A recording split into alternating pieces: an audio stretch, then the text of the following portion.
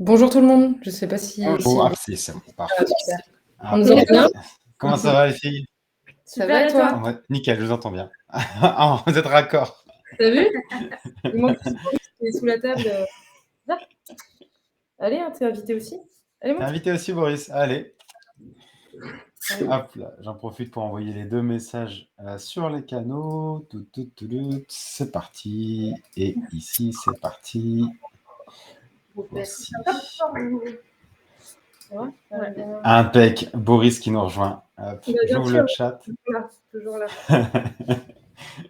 Il a l'air sage, ça va, il a l'air sage. Ah, ça va. Là, il est calme. Bon, bah, c'est top. Il aime bien faire ça, c'est pour ça.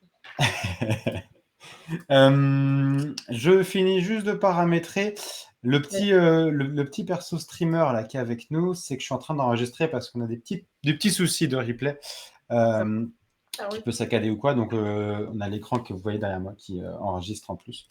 Hop là, donc ça devrait être plus simple comme ça. Et là on va se mettre en grand. On a Laurent. J'ai envoyé le message sur Twitter partout. Ça devrait être bon. Et le mail va partir dans la foulée. Salut tout le monde, salut Laurent, salut Kevin, salut Sarah. Installez-vous.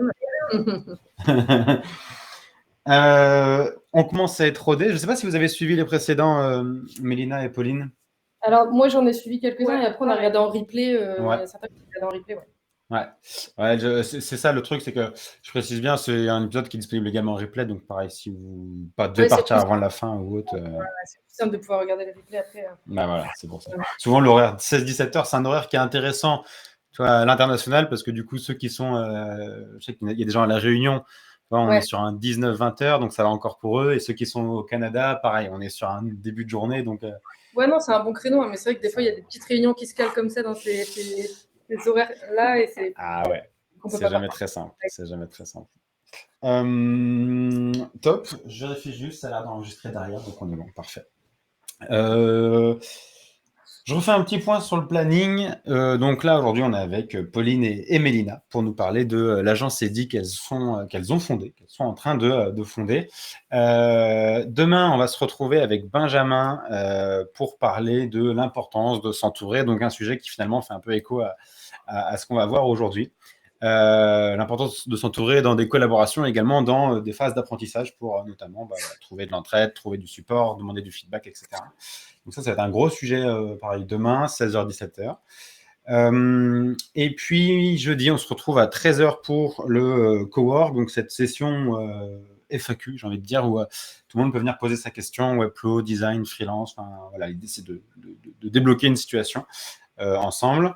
Et à 21h sur Twitch pour parler d'un peu de Webflow et d'un peu de code. On va apprendre à utiliser le local storage pour stocker des données et personnaliser l'expérience par la suite. Lorsqu'une personne va remplir un formulaire, par exemple, plutôt que de simplement envoyer le nom et le prénom, on va les stocker et on va pouvoir personnaliser par la suite toutes les pages pour intégrer le nom, le prénom, etc., les données qui ont été envoyées précédemment. Donc on va voir tout ça. Et vendredi, on va se retrouver, pour tous ceux qui sont sur Paris, en présentiel. On est en train d'essayer d'organiser ça. C'est pas forcément simple, mais on va se trouver un endroit sympa et puis on va s'installer ensemble vendredi. Ce sera cool. Première rencontre. C'est bien ça. Ça va être un peu. Tu vas faire un petit débrief de la rencontre?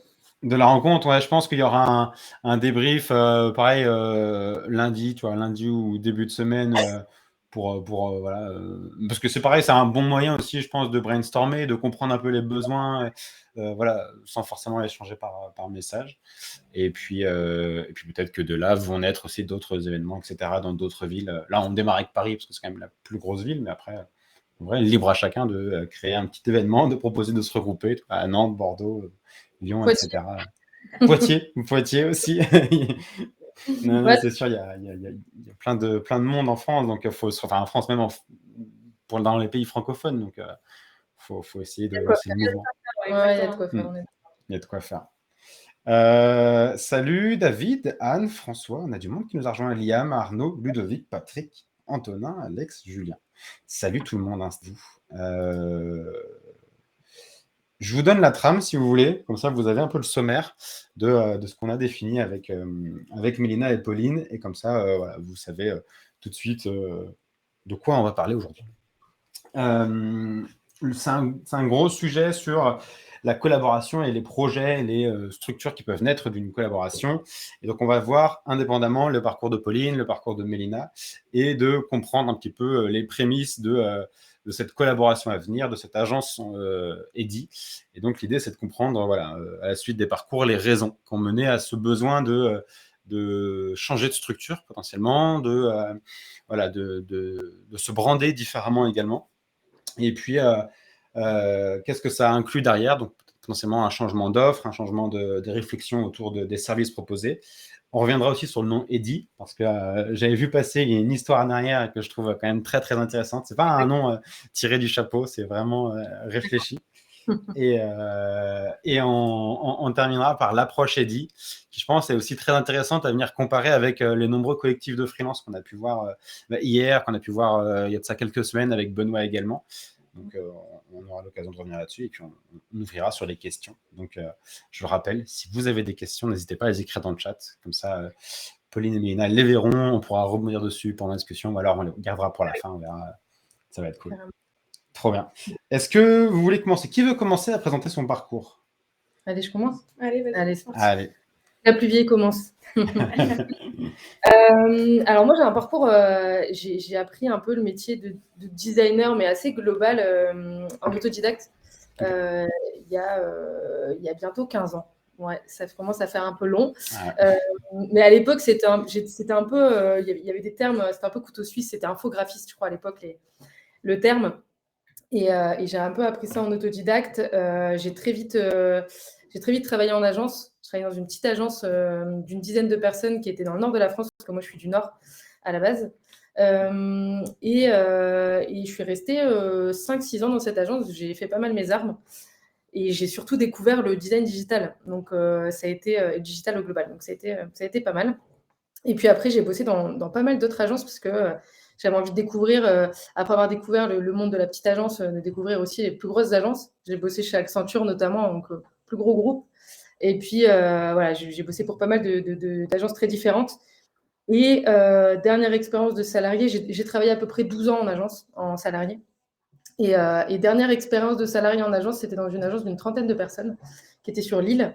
Et en fait, c'est un peu cette agence qui m'a convaincue de me mettre en free. Donc, c'est pas forcément positif, quoi, du coup, mais ça fait partie des expériences, hein, de toute façon. C'est vrai qu'ayant connu pas mal d'agences différentes, j'avais un peu mon idée sur les différents types d'agences et ce qui me correspondait peut-être un peu moins. Et le modèle d'une petite agence me correspondait mieux en soi. Mais c'est vrai que le management, en tout cas de cette agence-là, me correspondait pas du tout. J'ai vécu, je pense, ma plus mauvaise expérience humaine dans cette agence. Et comme je suis quelqu'un de très humain, bah voilà, je me suis pris une bonne claque. Et en fait, j'ai toujours eu l'entrepreneuriat un peu dans le sang. Parce que j'étais auto-entrepreneur pour la première fois quand j'avais 21 ans, au tout début de l'auto-entrepreneuriat. Vraiment tout début. Et je faisais des petites choses par-ci par-là, à l'époque, des petits flyers, des petits trucs. Voilà. C'est vraiment un peu. J'ai même été payée en sneakers, en basket, pour faire des flyers. Ah oui. Ouais, c'était pas mal. Peut-être que la sneakers a pris de la valeur depuis. Ou alors tu l'as porté, ça aurait pu. Non, je l'ai porté. C'est mort. Mais ouais, voilà, j'ai bossé dans pas mal d'endroits. C'est vrai que la dernière expérience m'a un peu convaincue de me lancer complètement en free. Donc, c'était il y a à peu près 3 ans, un peu moins. Ouais, 2 ans et quelques. Et voilà, et en fait, je me suis lancée en free, donc sans vraiment, enfin, en ayant un peu peur, hein, bien sûr, parce que j'étais dans une situation où on avait acheté une maison, des choses comme ça. Enfin voilà, on a des factures, on a des choses, et donc c'est toujours un peu effrayant de se lancer. Mais Mélina m'a poussée à le faire en me disant c'est bon, t'inquiète, ça va le faire, tu vas gérer, il faut y aller. Et donc, je me suis lancée et en fait, ça s'est plutôt bien passé, ça s'est bien développé. Et voilà, on en parlera un peu plus après, mais voilà un peu pour l'expérience, elle est assez large et assez éclectique en fait. Ouais, finalement, c'est un retour aux sources là, après avoir fait, donc tu disais 12 ans en entreprise agence, puis du coup 3 ans en freelance, tu repars dans l'agence, mais avec ton approche, avec votre approche. Un peu différemment, ouais. On en reparlera plus en détail, mais un peu différemment justement parce que j'ai connu tellement de modèles d'agence que j'ai pu surtout voir ce qui me convenait, ce qui me convenait pas, ce qui convenait aux clients surtout et ce qui convenait pas aux clients, et voilà, ça aide pas mal. Ok, trop bien. Bon, j'ai hâte d'en savoir plus. Et toi, Mélina? Déjà, bonjour à tous. Je m'appelle Mélina, je suis donc product designer et cofondatrice de Eddy. Pour ma part, j'ai un parcours un peu atypique, j'ai envie de dire. Moi, j'ai fait des études à l'époque dans le domaine de l'administration publique et je préparais le concours d'entrée à l'école d'inspecteur des douanes à l'époque, donc rien à voir vraiment avec ce que je fais aujourd'hui. Mais à côté de ça, j'ai toujours été sensible en fait à l'art, à la créativité et au web de manière générale, sans finalement trop savoir les métiers qui se cachaient derrière. Je pense qu'aujourd'hui, qui plus est en France, on a un train de retard au niveau scolaire sur l'orientation, les métiers, etc. Et à l'époque, encore plus sur le plan digital. Donc, j'avais pas connaissance de tout ce qui pouvait se faire et je me suis un peu orientée par défaut sur un type d'études qui me convenait plus ou moins sans trop savoir finalement ce qui pouvait m'être proposé. Ensuite, au fil des années, en 2016, je crois, je rencontre Pauline qui va finalement déceler chez moi un petit peu ces compétences-là et qui va me pousser à aller chercher un peu plus loin dans tout ce qui est design et digital, à tel point que je vais du coup me réorienter dans une école de design où je vais intégrer directement en fait un master 2 parce que j'avais eu l'occasion en fait de toucher un peu à tout avec Pauline auparavant et du coup ça m'a permis de pas perdre trop de temps sur le niveau études et scolaires et d'intégrer directement un master 2. Donc j'ai fait en soi qu'une année d'études qui a été quand même super enrichissante parce que j'avais le côté scolaire à l'école et j'avais plutôt la vision du métier, le marché, etc., le côté clientèle assez objectif via Pauline. Et je me suis très vite rendu compte que du coup, ça me plaisait beaucoup plus que mes études précédentes. Je suis rentrée assez rapidement finalement sur le marché du travail. Alors à la base comme web designer, puis UI UX, puis product designer.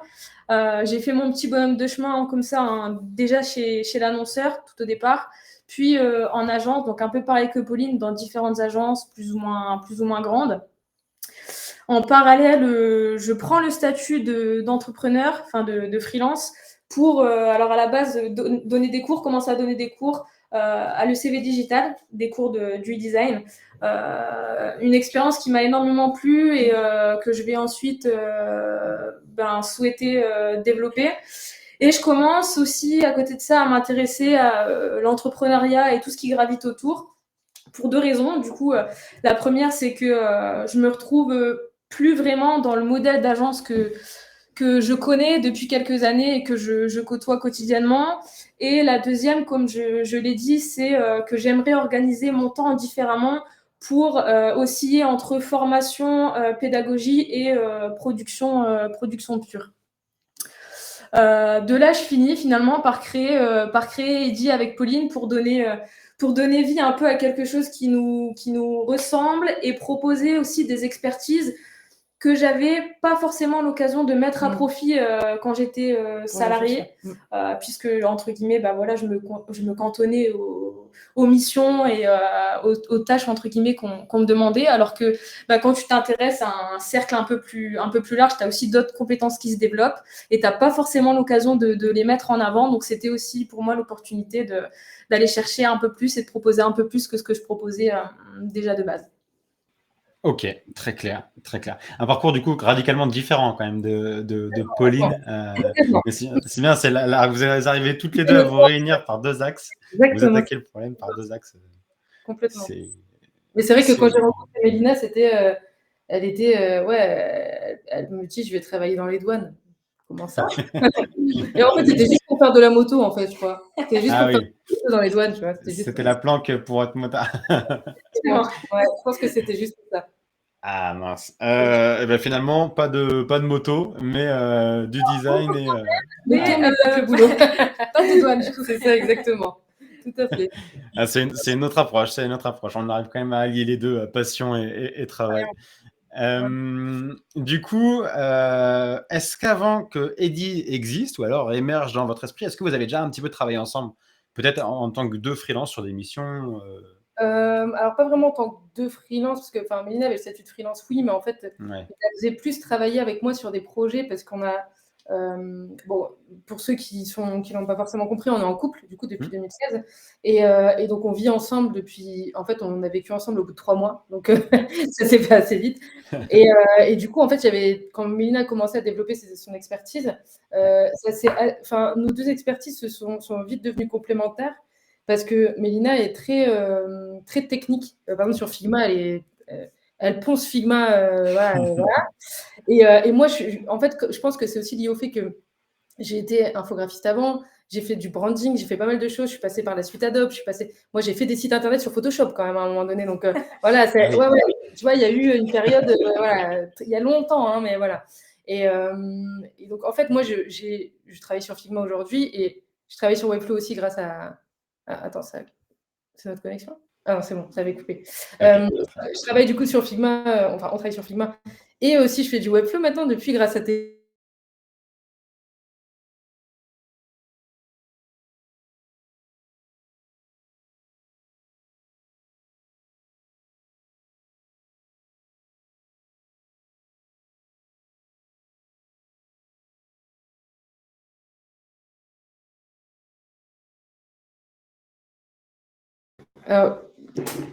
Théo, tu nous entends? Attends, il est en mute, Théo, en fait, là, je crois. Non, non, non, c'est que je sais pas pourquoi ça a buggé là à l'instant. Est-ce que vous m'entendez? C'est nous ou si c'était toi, je sais pas du coup. Là, je suis en Wi-Fi, je vais passer en câblé, on va voir si ça marche mieux. OK. Bon, en tout cas, il y a quelqu'un qui a entendu les maquettes Photoshop parce que je vois que Kevin Mmh. réagit sur le sujet, donc ça va. Mais effectivement, ouais, je te disais Ouais, nickel, c'est bon, là, normalement, c'est bon. Parfait. que du coup, en fait, on a commencé à travailler ensemble parce que moi, j'avais des projets où parfois, justement, le côté très technique de Mélina, j'en avais besoin. Et donc, je la faisais travailler avec moi sur des projets un peu en sous-marin. Donc, on a OK. commencé à travailler ensemble avec une petite crainte parce que quand tu es en couple, tu te dis est-ce qu'on va réussir tu vois, à travailler Ouais, ensemble ouais, ouais. et en fait, super vite. Ça pourrait aussi faire l'objet d'un Ouais, c'est clair, d'un carrément. autre. Non, Ah, non, mais mais volontiers, ouais, ouais. c'est un vrai sujet. Et en fait, C'est un très gros sujet. très vite, très vite, on a réussi à travailler ensemble. On a réussi à trouver notre place en travaillant ensemble. Et du coup, parce qu'on a très vite remarqué nos expertises, si tu veux, et de quelle manière on s'apportait des choses. Et franchement, ça l'a très vite fait. Donc, on OK. avait déjà un peu travaillé ensemble avant de vraiment se lancer toutes les deux dans les Ouais, deals. je pense que c'est essentiel. Comme vous Ouais, disiez, finalement, se lancer dans la création d'une société, d'une structure, d'une organisation, en en soi. couple, c'est quand même un risque, hein. Ouais, voilà. Ouais, Non, ouais. on nous a déjà posé la question justement et c'est vrai que ça peut être un risque et ça peut faire peur.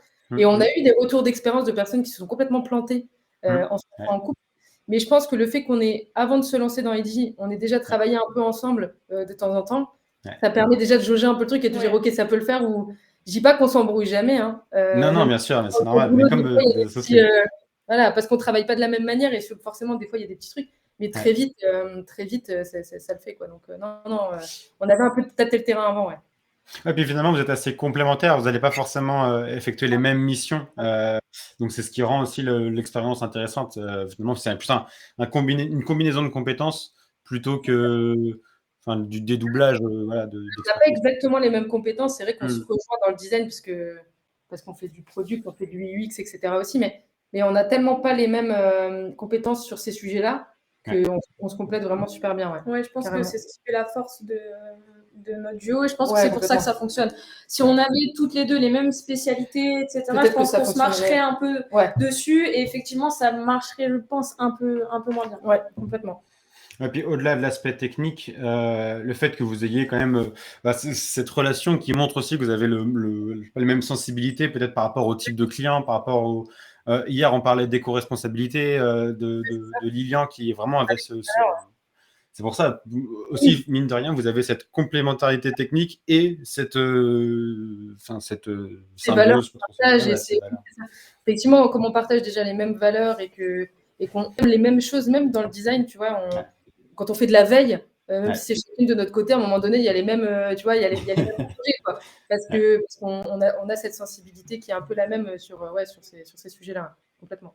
Bon, bah, top. C'est, je pense, le meilleur moyen de s'allier, de collaborer. Je pense aussi. Ça marche bien pour nous. Bah, voilà, en fait, pour moi, il faut commencer par prendre en compte la relation puis la technique plutôt que de prendre quelqu'un qui est très bon techniquement et qui finalement va pas être forcément intéressant dans la collaboration humaine. Et le côté humain prend carrément le pas. Ouais. Je pense même pour des choix, moi j'écoute beaucoup de podcasts d'entrepreneurs et j'entends souvent des personnes qui cherchent, qui ont trouvé un associé qu'ils connaissaient pas du tout de base, hein, c'était pas un ami, et en fait ils se sont parfois plantés parce qu'ils ont privilégié le côté technique, quelqu'un des seniors et beaucoup de bagages, alors que le côté humain fitait pas du tout. Alors que c'est je pense le sujet le plus important à un moment donné, c'est l'humain. Ouais. On est d'accord. L'aspect technique pourra répondre très rapidement à un besoin instantané, là, un projet sur le moment, etc. Mais par contre, sur le long terme, ça ne fitera pas. Alors que finalement, on peut s'améliorer sur la technique. Ok. Bon, bah, des très bons retours, très bonnes choses à savoir pour tous ceux qui veulent se collaborer. On arrive du coup là, vous avez fait vos parcours similaires, vous commencez à travailler ensemble, etc. Quels sont les critères qui vous font tilt, qui vous disent bon là, il faut qu'on pense à s'unir, il faut qu'on pense à potentiellement créer une société commune, etc. Sur quels critères vous basez pour vous dire c'est le moment? Je vais prendre le sujet, parce qu'en fait, alors en gros, c'est venu de moi au départ, parce que tout simplement, donc moi, comme j'étais à mon compte, j'étais salariée pendant tout ce temps-là. En fait, moi, la première année, ça a très bien fonctionné. Et puis, en France, quand on dépasse un certain chiffre d'affaires, la première année, on nous dit hop, hop, hop, viens nous donner de la TVA. Déjà. Ça a été un premier sujet, c'est-à-dire que j'ai dépassé le palier la première année, donc j'ai dû un peu changer côté comptabilité et facturer de la TVA. Et en fait, se profiler la fin de la deuxième année, je voyais que, encore une fois, j'allais dépasser le chiffre d'affaires. Et là, forcément, la deuxième année, la France, là, ils te disent, maintenant, c'est tout, tu peux plus être auto-entrepreneur. Donc, ou alors tu revois tes ambitions à la baisse, quoi. Et en fait, moi, j'avais pas envie de revoir mes ambitions à la baisse, puisque j'avais déjà des clients récurrents et des projets hyper intéressants qui arrivaient. Et j'avais...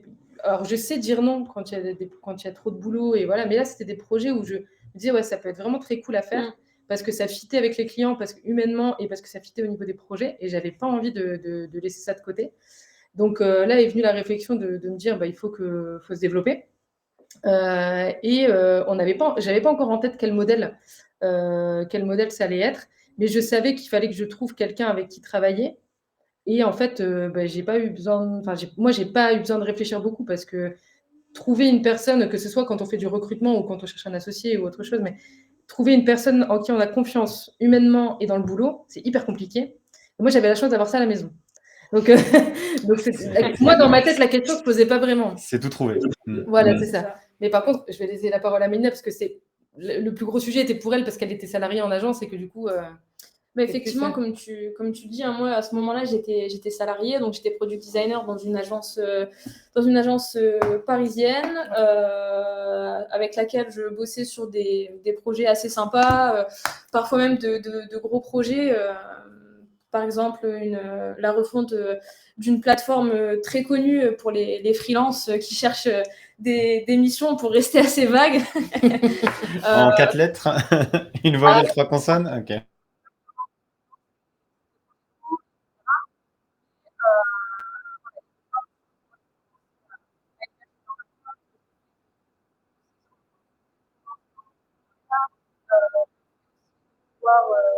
apporter des organisations qui soient vraiment précises.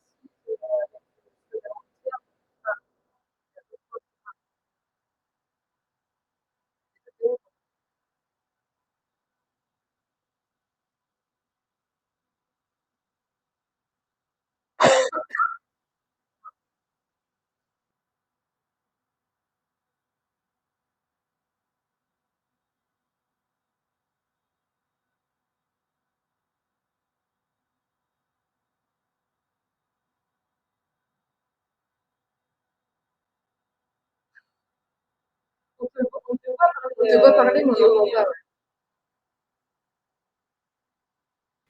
Ah, pardon, c'est mute. Moi, je vous entends très loin, les filles. Je ne sais pas si c'est moi. C'est bizarre. Ah non, c'est bon. Parfait. C'est revenu? Ok. T'es re en mute, Théo. Ouais. Pardon, ouais, c'est pour pas vous faire du bruit de fond, mais Ça marche. faut que je jongle. Mais c'est bon, c'est qu'il y a eu un problème de son et en effet, tout le monde l'a remonté et après, c'est bon, c'est revenu. Nickel. Ok, Ok, bah si c'est bon, pas de tant mieux. souci. Parfait. Du coup, Donc, tu bossais avec Ouais, par On exemple. va dire Donc, ça. c'était des projets assez complets, etc. et vraiment cool sur lesquels bosser. Donc, moi, j'étais un peu tiraillée, en fait, entre le fait de conserver ma place en agence et puis d'avoir une vision long terme, de gravir un peu les échelons, les responsabilités, etc. Ou de saisir l'opportunité de mettre un pied vraiment dans l'entrepreneuriat et puis de pouvoir construire quelque chose finalement qui corresponde à nos valeurs, etc. Donc ça, c'était plutôt les questions que je me posais sur le plan professionnel. Mais du coup, comme on est ensemble, on vit ensemble et on a aussi acheté une maison, machin, il y avait aussi des questions plus perso qui rentraient en ligne de compte. Moi, jusqu'à présent, je représentais un peu la stabilité financière du couple, hein, parce que CDI, etc. Donc, il y avait aussi cette problématique-là à prendre en compte et à se dire, OK, si on se lance, on est à deux dans le monde de l'entrepreneuriat et si on se plante, on se plante à deux et ça aura des conséquences.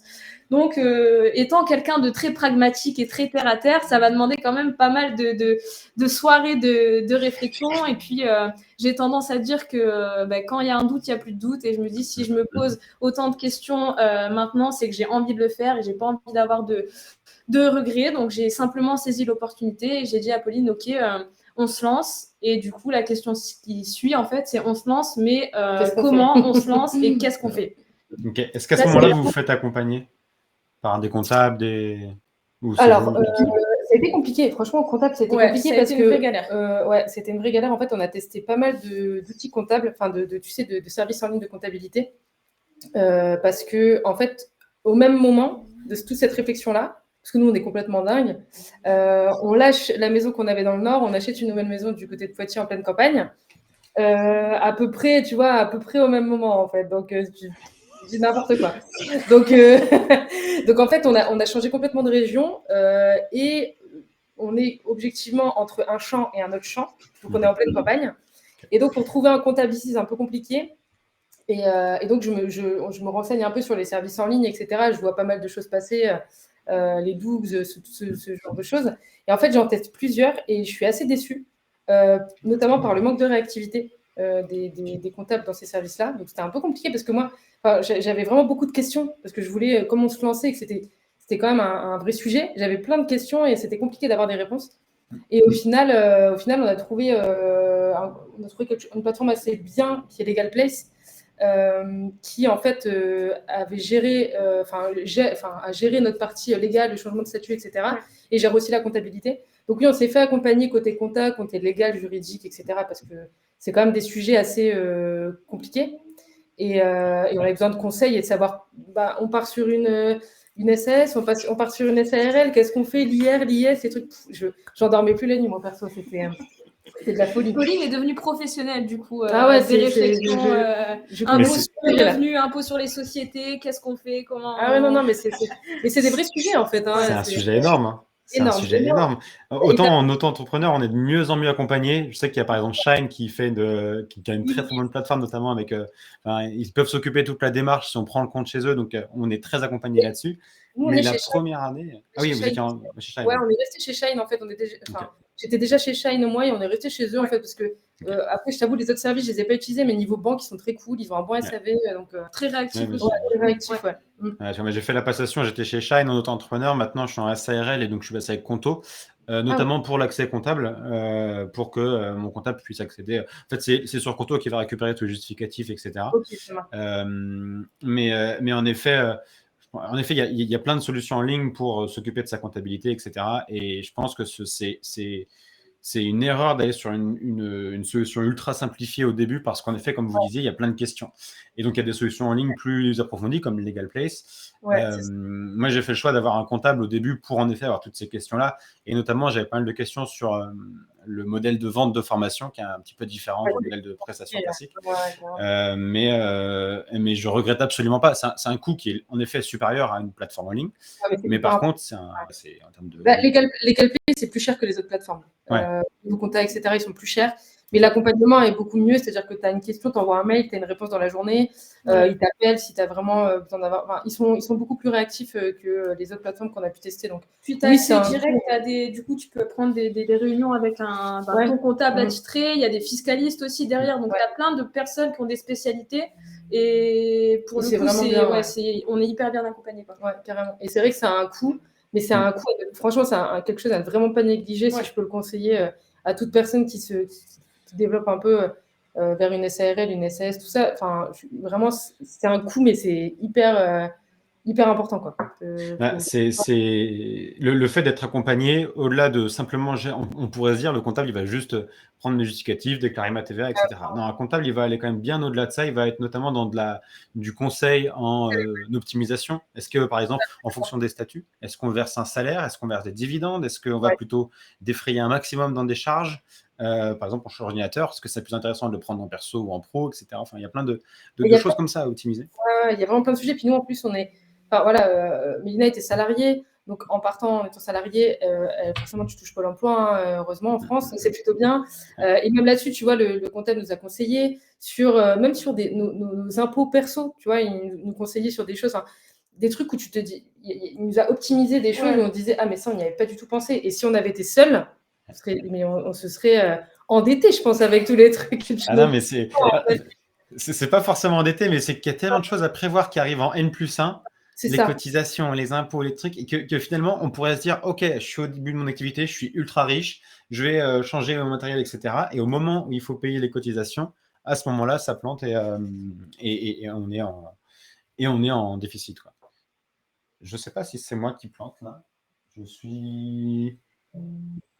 Ça a l'air d'être bon. Je vous entends vibrer, mais je sais pas si c'est moi. Ouais, parfait. Ouais, c'est bon. Donc, excuse-nous, chez nous, je sais pas si c'était pareil chez les autres. Non, ça a l'air d'être bon. Je vois pas les gens qui remontent dans le chat, donc c'est bon. Est-ce que ça a coupé? Dans le chat. Pareil, ok. Ok, pareil. Ça a duré 2 secondes. Ok, nickel. Ouais, c'est ça, voilà. Bon, bah, attends, parfait.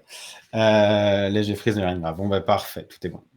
Mais ouais, franchement, l'accompagnement par un comptable, j'ai envie de dire, même sur le plan pro, sur le plan perso, ça peut être intéressant pour les impôts, pour même l'achat d'une maison. Enfin, je sais pas, du coup, vous avez racheté avant de passer en société ou... Oui, avant, ouais. Ouais, avant, parce que c'est pareil, ça, c'est des choses à prendre en compte.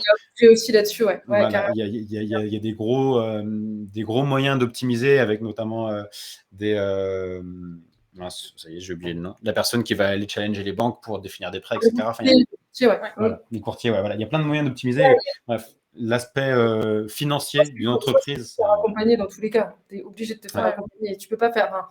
C'est utopique de dire que tu peux gérer ça tout seul.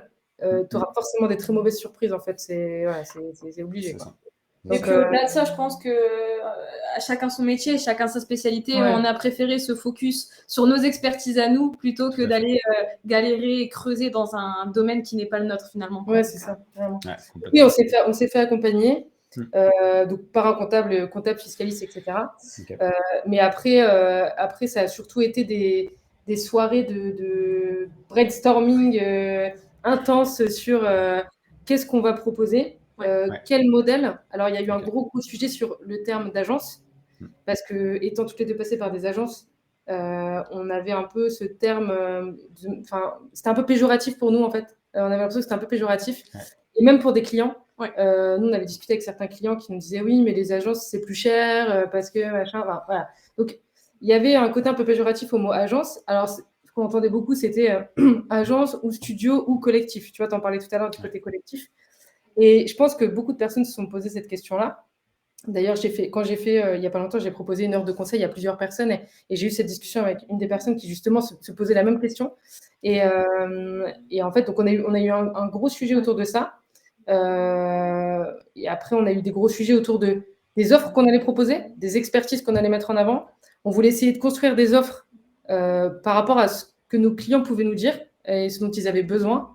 Ce qu'on avait pu entendre, ce qu'on avait aussi pu connaître dans d'autres agences, parce que on a eu un client que j'ai eu très vite, que j'avais rencontré dans la dernière agence où j'étais salariée et qui en fait m'a suivi parce que le modèle d'agence ne lui convenait pas de cette agence et du coup m'a suivi et est encore avec nous. Et donc prendre un peu on a réfléchi à tout ça, on a pris les infos de la part de nos clients. On s'est dit, OK, comment on va faire pour construire des offres qui peuvent correspondre à tout le monde, sachant qu'on a des clients et on a des agences avec qui on travaille aussi, parce qu'il y a un vrai sujet là-dessus. Et ça a été une vraie discussion entre nous. Et heureusement, on avait on a eu la même réponse là-dessus, mais on n'a pas Pour nous, les agences ne sont pas des concurrents, parce qu'on a des très bons rapports avec pas mal d'agences. Et justement, on leur propose nos services aussi. Donc, et on s'échange des services. Et voilà, donc, fallait qu'on trouve des offres qui puissent correspondre à tout ce panel de clients. Donc, ça a été des longues soirées de discussion pour aboutir à tout ça. Et puis sur le modèle d'agence, c'est vrai qu'on s'est un peu dit, OK, on va arrêter de noircir le tableau du mot agence. On va juste donner un nouveau sens à ce mot-là, en fait. Okay. En proposant un nouveau modèle d'agence. Et c'est un peu dommage de ce mot-là, agence, qui est plutôt joli, tu vois. En fait, tout le monde le noircit, alors qu'en fait, on peut juste donner un autre modèle d'agence et pas forcément proposer ce que tout le monde connaît. Donc, c'est un peu la réflexion qui est tombée de ça. Okay. Donc oui, c'est ça qui s'en est suivi, en fait. Beaucoup de soirées, de discussions. Trop et de grands tableaux Fig Jam, tu sais, avec des trucs partout, qu'on a encore d'ailleurs, hein. Des trucs partout. C'était la folie. Ouais, mais je trouve ça bien que vous l'ayez encore, parce que ça peut valoir le coup, toi, 1 an après, 2 ans après, de se reposer dessus. J'y suis retournée il n'y a pas longtemps, etc. Et je me suis dit, mais ouais, tu vois, ça, au final, c'est bien, parce qu'on l'avait dit.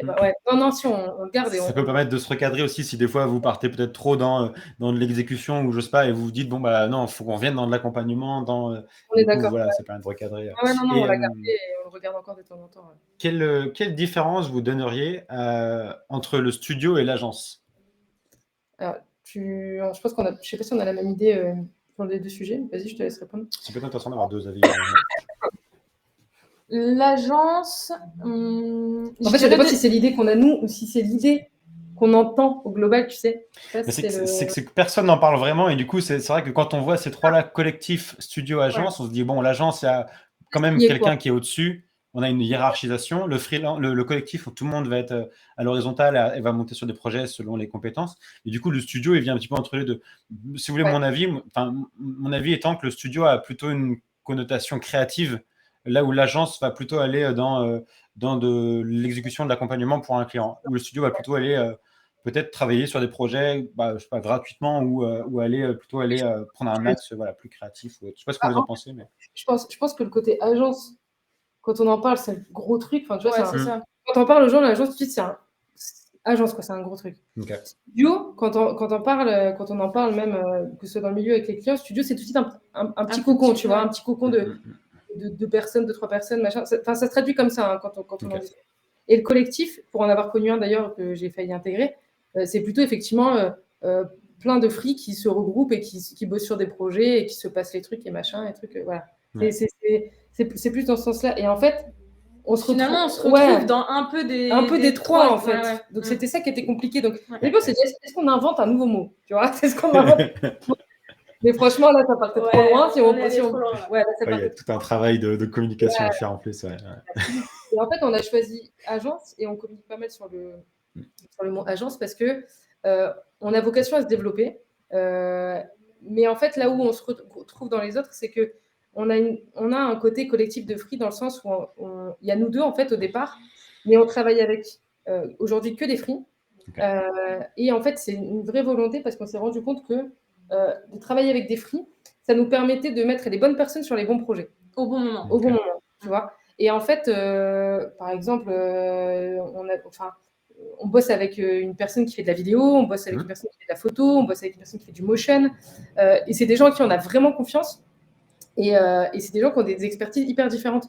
On bosse avec 2 photographes différents parce qu'ils ont 2 expertises différentes. Il y en a un qui est plutôt street, l'autre qui est plutôt corpo. Enfin, tu vois, et en fait, le fait de bosser comme ça avec des free, ça nous permet vraiment de pouvoir positionner les bonnes personnes. Des équipes vraiment sur mesure. Et en fait, il y a un constat et un point de départ sur lequel on est parti, c'est qu'on s'est dit qu'à un moment donné, il y a énormément d'agences, peu importe, de studios, de collectifs qui proposent des offres. Mais finalement, nous, on s'est rendu compte que ces offres-là ne convenaient pas à tout le monde et que finalement, il y avait autant de clients que de besoins différents. Et nous, on s'est dit, OK, ce serait bien d'avoir quelque chose finalement de modulable qui puisse s'adapter aux besoins du client, au client lui-même par rapport à sa structure, par rapport à ce qu'il recherche, ses besoins, etc. On s'est dit, qu'il y a de mieux finalement que de construire quelque chose de sur mesure pour répondre à un besoin précis. Ouais. Et le modèle un peu d'aller piocher les bonnes personnes et assembler les bonnes personnes ensemble, parce qu'il y a des personnes qui sont très bons seuls, mais avec une autre personne où ça va pas fitter. Donc il faut aussi savoir placer les bonnes personnes, mais aussi placer des personnes qui savent travailler ensemble. Donc c'est tout un travail aussi qui a été fait derrière, et ça permet vraiment de répondre à des besoins précis et de pouvoir accompagner un client correctement. Et après, je pense que ce qui nous change d'un collectif de freelance, c'est qu'en fait, on est un peu chef d'orchestre de tout ça. Ouais. Parce que dans un collectif de free, je te dis, pour y avoir un peu travailler sur un projet dans un collectif de free, c'est compliqué de trouver une personne qui est chef d'orchestre de tout ça. Et en fait, à chaque fois qu'on bosse avec des free, il y en a beaucoup qui n'ont pas forcément envie d'être en direct avec le client, par exemple. Et en fait, souvent, c'est moi qui suis plutôt. Mélina, elle va plus être en gestion des free, des designers, etc. Tu vois, un peu s'il y a des en interne. Et en fait, moi, je vais plus être au contact du client. Et en fait, le client est plutôt content d'avoir une personne en face de lui, même si derrière, il y a 5 free qui sont sur le projet. Tu vois ce que je veux dire? Oui, bien sûr.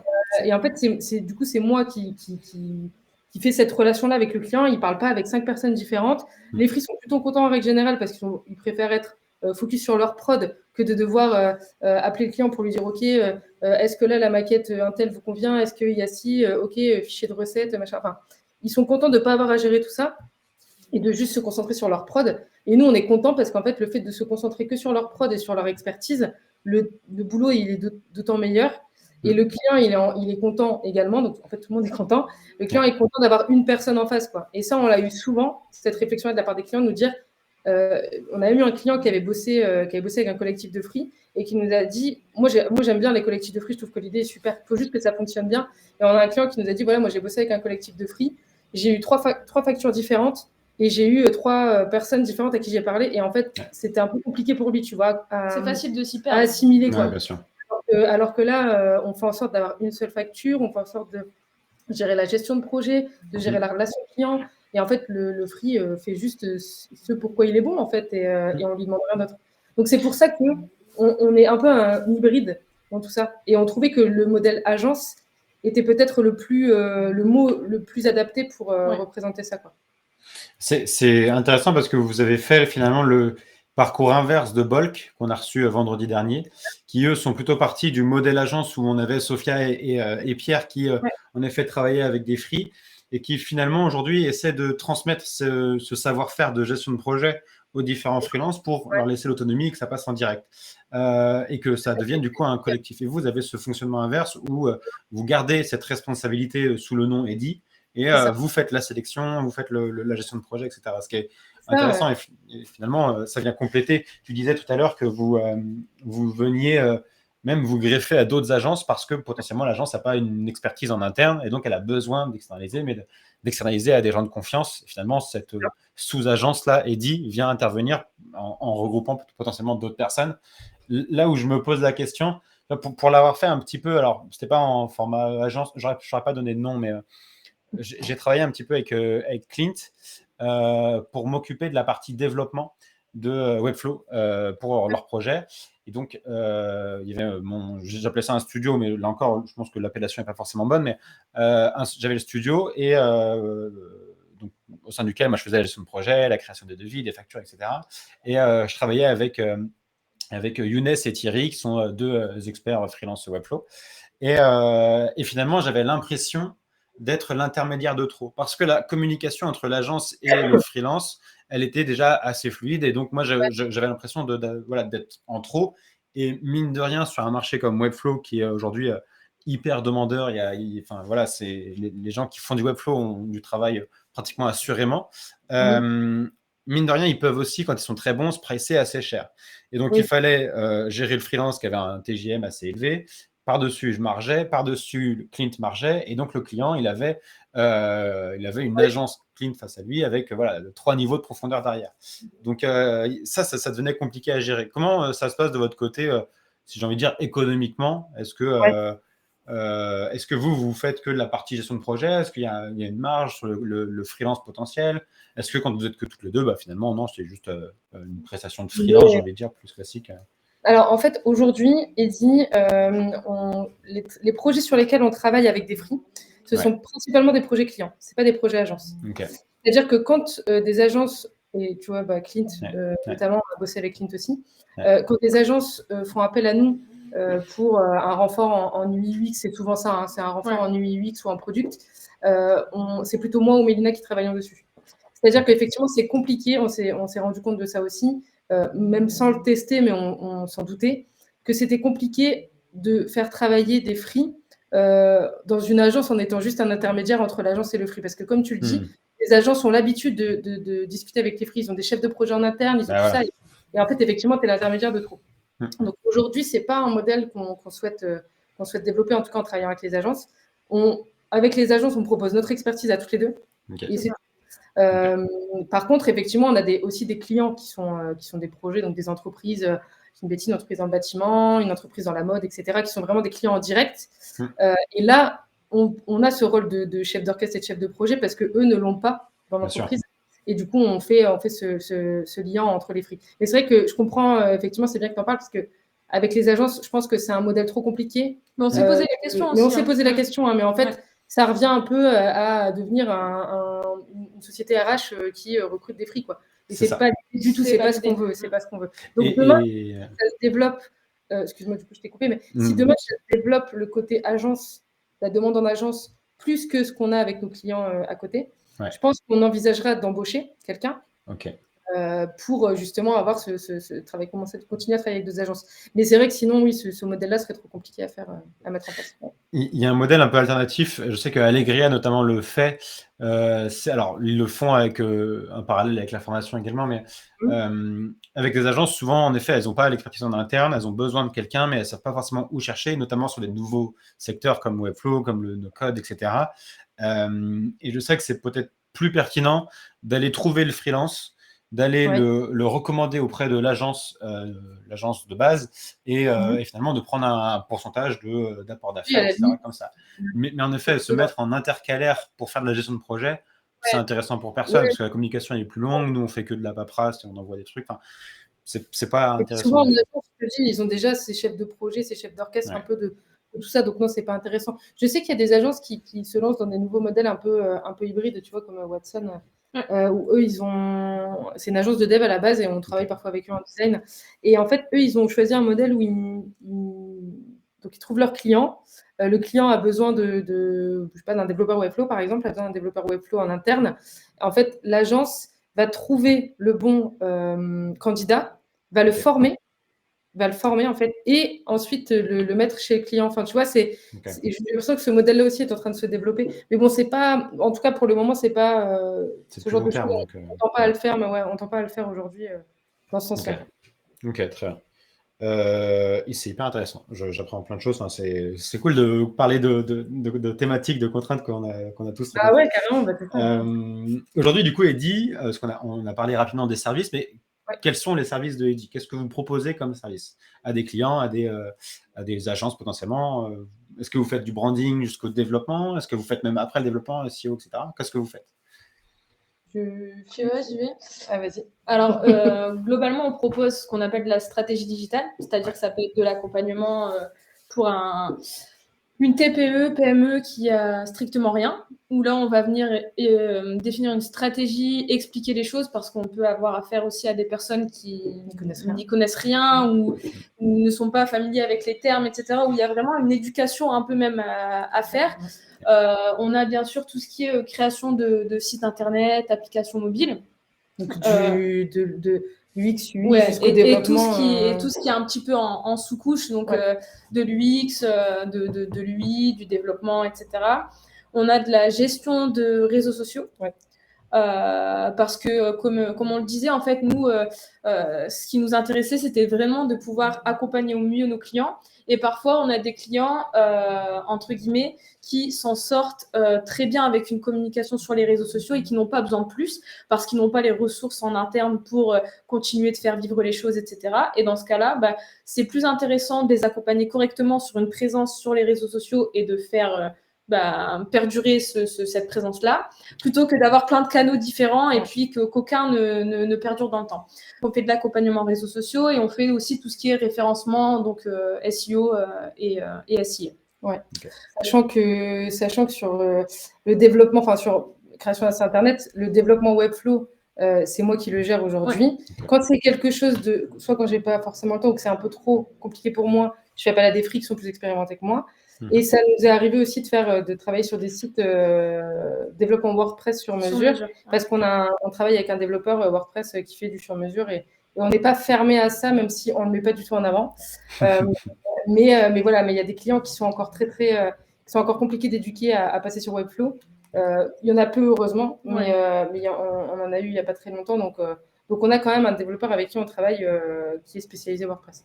Mais effectivement, on se concentre sur le digital. Donc, quand tu parlais de branding, on n'en fait pas forcément. Maintenant, si on travaille avec un client qui veut faire une refonte de site internet et qui a un branding à faire, on a des freelances avec qui on travaille qui font du branding.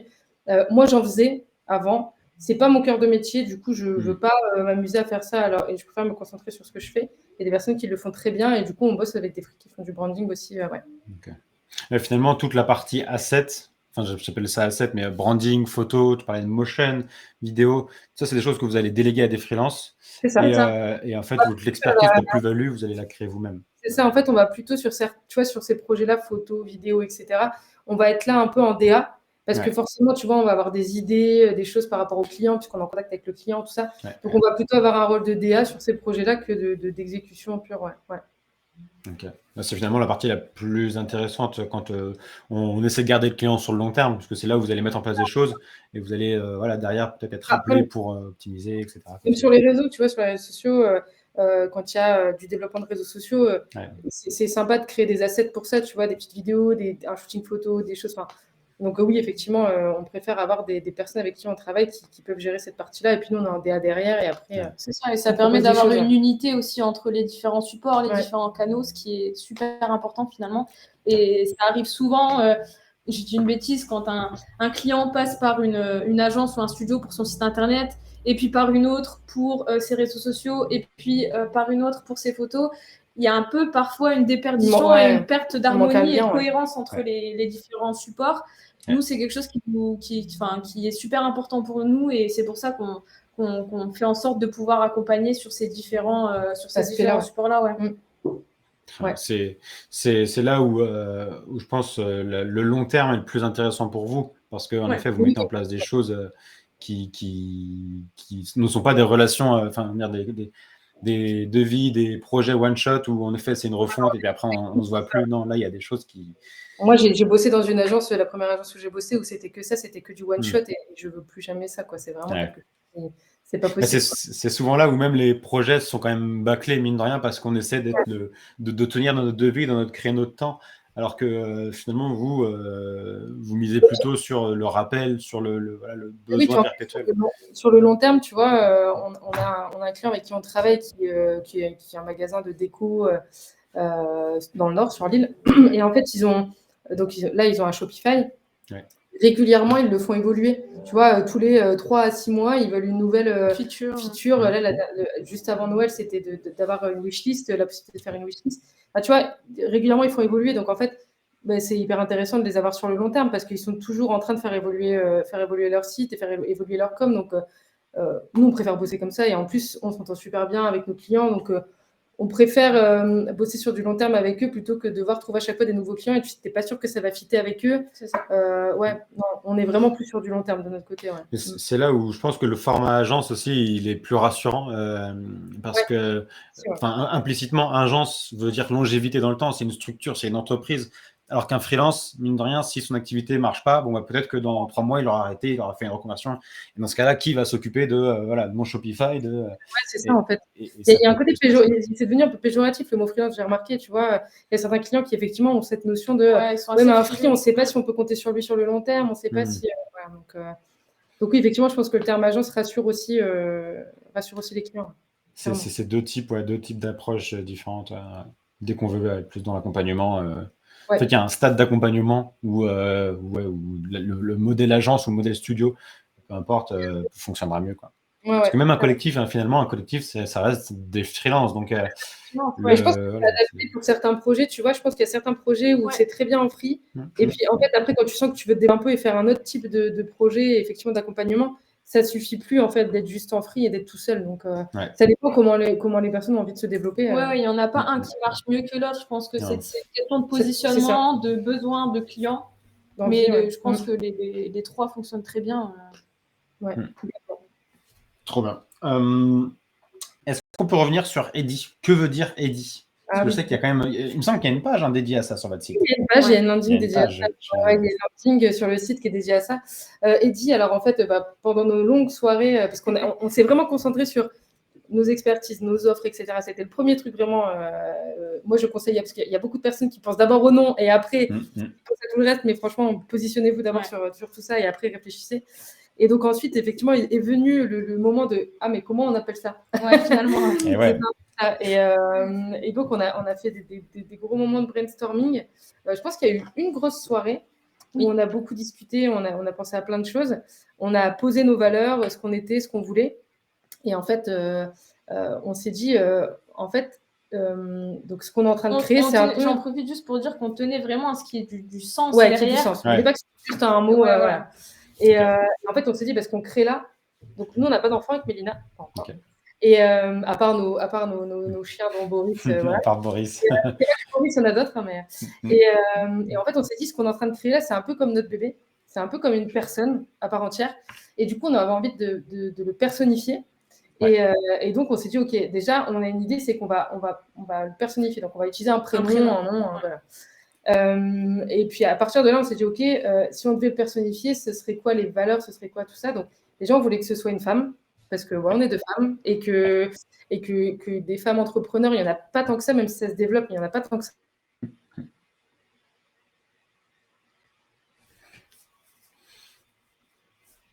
Ah, j'ai un petit freeze. On les a perdus. Non, c'est bon. Elles sont revenues. Je les entends.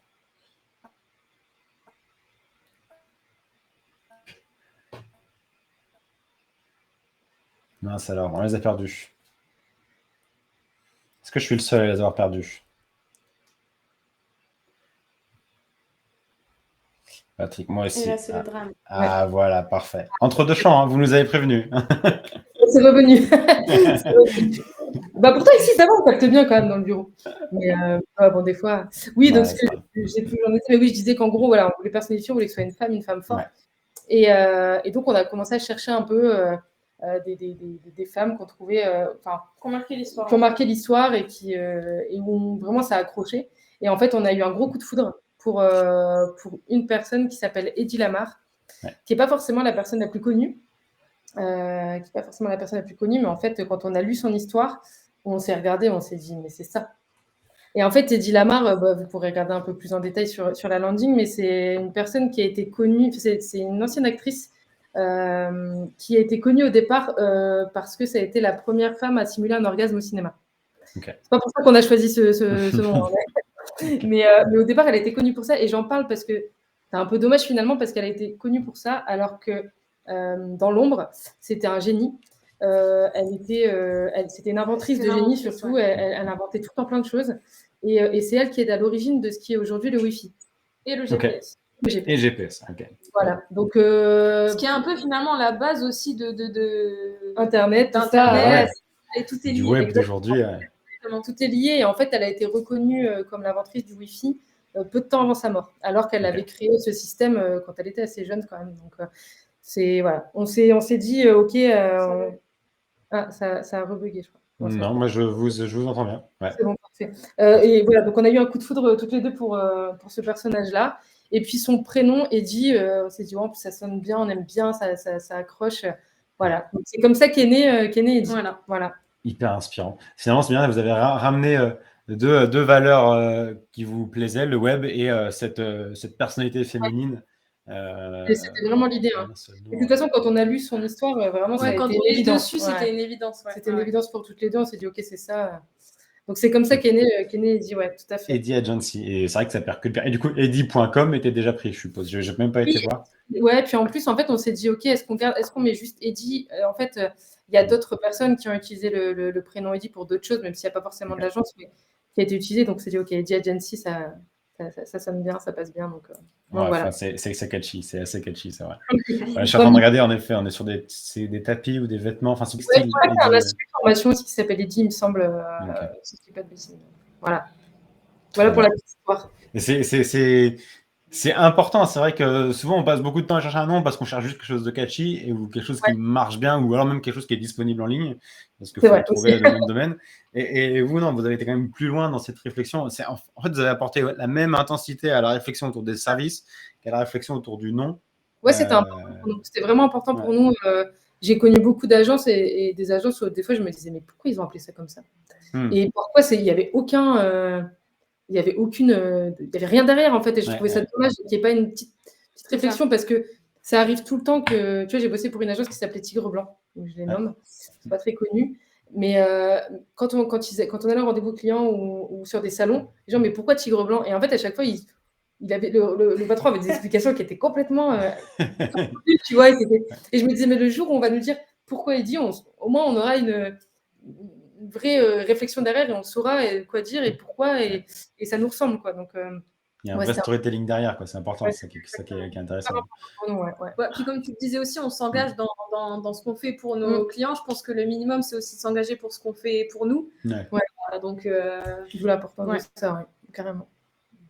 Bon, excellent. Excellent. Moi, c'est un nom qui me plaît bien, hein. Franchement, c'est un nom dont on se souvient facilement.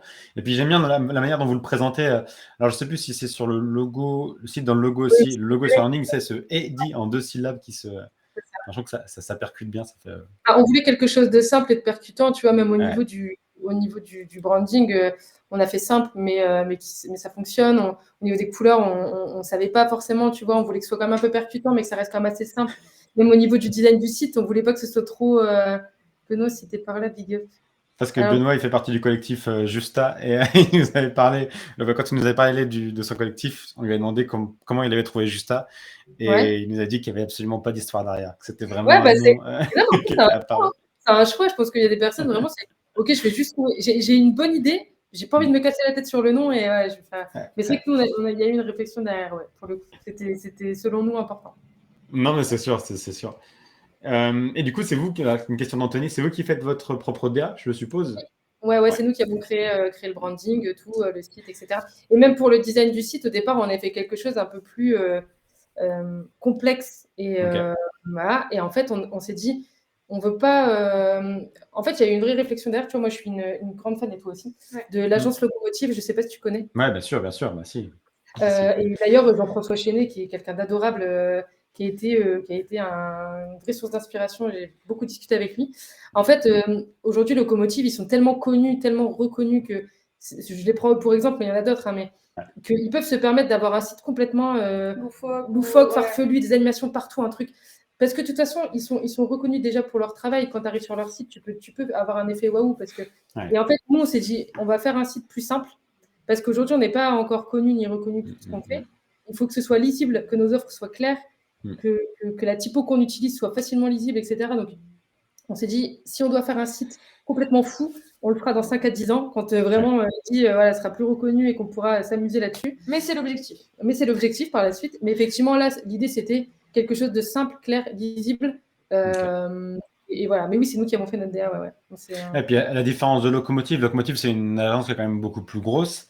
Et finalement, ils vont aller mettre en avant plutôt les projets, là où vous avez quand même un axe assez important sur l'humain, sur vous. Il y a quand même pas mal de vidéos qui vous présentent. Vous avez fait un shooting qui présente aussi l'équipe qui est derrière Eddie.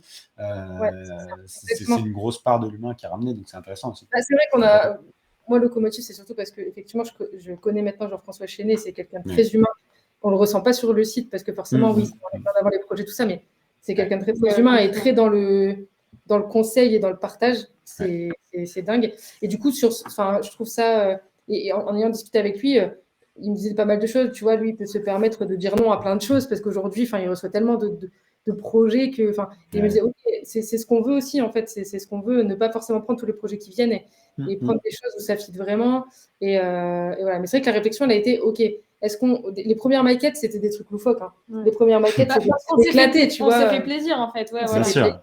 Et puis après, en réflexion, on s'est dit, non, mais en fait, on va prendre un peu de recul. On n'est pas un locomotive, on n'est pas un sweet punk, on n'est pas un carou, voilà, tout ça. Aujourd'hui, on est encore personne pour l'instant et les gens ne nous connaissent pas. Donc, on s'est dit, OK, maintenant, on va se recentrer et faire des choses lisibles et lisibles. Okay. C'était ça l'idée derrière l'ADR.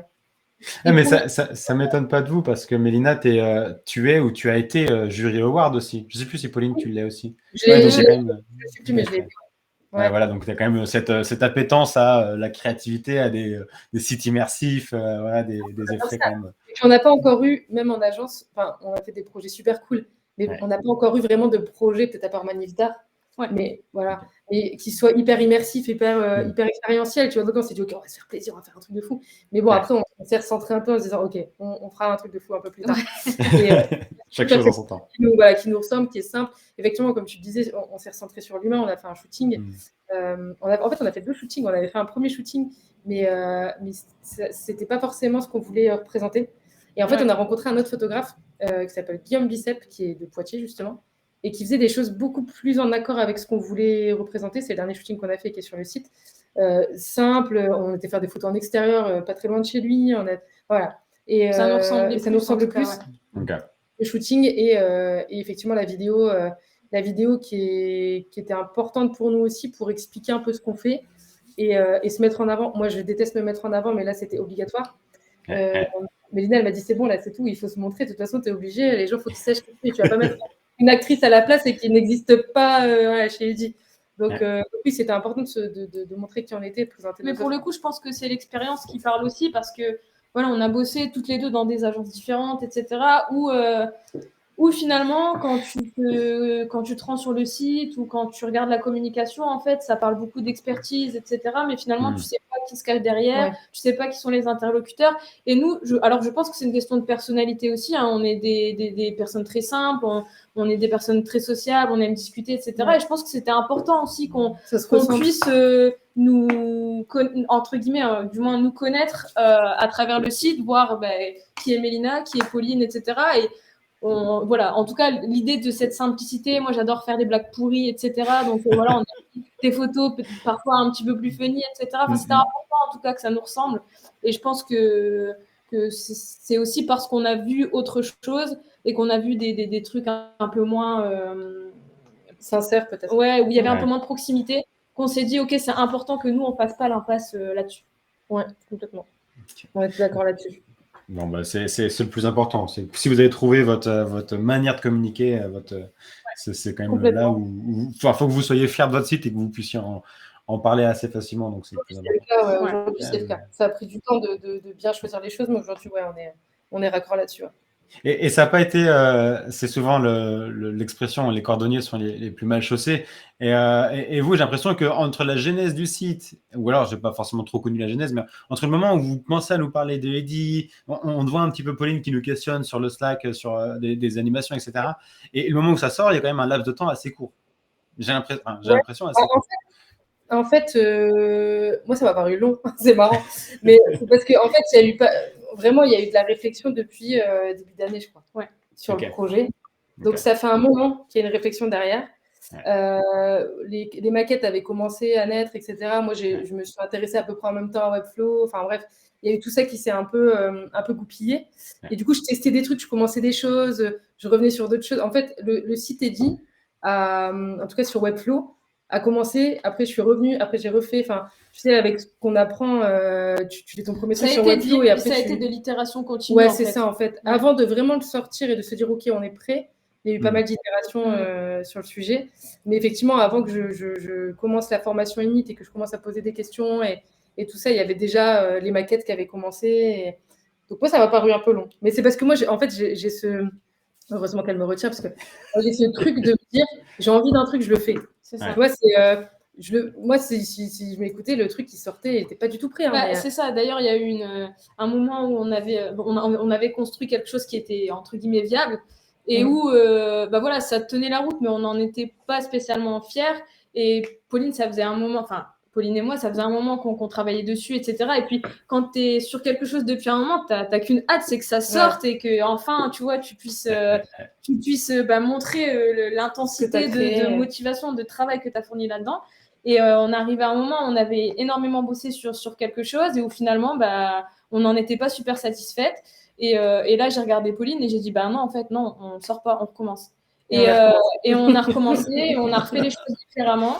Et au final, ça nous a pris plus de temps, mais à la fin, on a quelque chose qui nous correspond davantage et duquel on est fiers. Donc, je pense que si c'était à refaire, on ferait la même chose. Ouais, puis c'est marrant parce que tu vois, quand elle m'a dit ça, c'était assez drôle parce qu'au tout début où Mélina a commencé là en 2016 à s'intéresser au design, au digital et tout ça, et où je la coachais un peu par rapport à ça, quand elle faisait ses premiers projets, tu vois, ça arrivait par exemple, tu faisais une home page d'un site, et puis elle me disait, tu peux venir voir, franchement, je suis pas sûre, je pense que j'ai fini, mais je suis pas sûre. Je me disais, t'es pas sûre? Ben, tu recommences.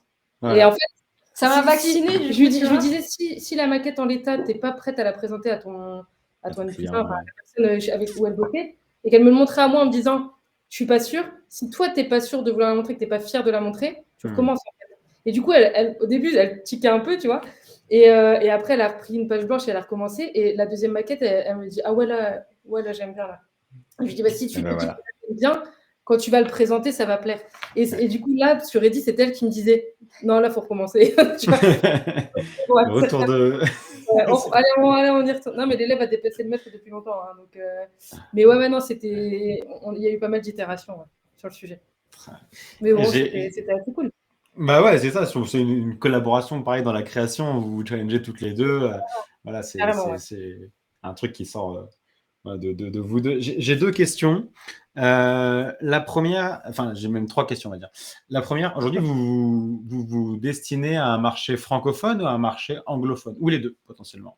Est-ce que vous êtes ouverte à des projets en anglais? On est assez ouverte. Par contre, gros souci, c'est qu'on parle très mal anglais. Ok. Non, en fait, c'était l'objectif de cette année, normalement, mais bon, il y a eu tellement de choses qui sont compliquées qu'on l'a pas fait, mais c'était de prendre des cours d'anglais. Parce qu'on gère l'anglais à l'écrit, tout ça, ça va, on arrive à s'en sortir. Mais tu vois, tenir une discussion comme on le fait là en anglais, c'est compliqué.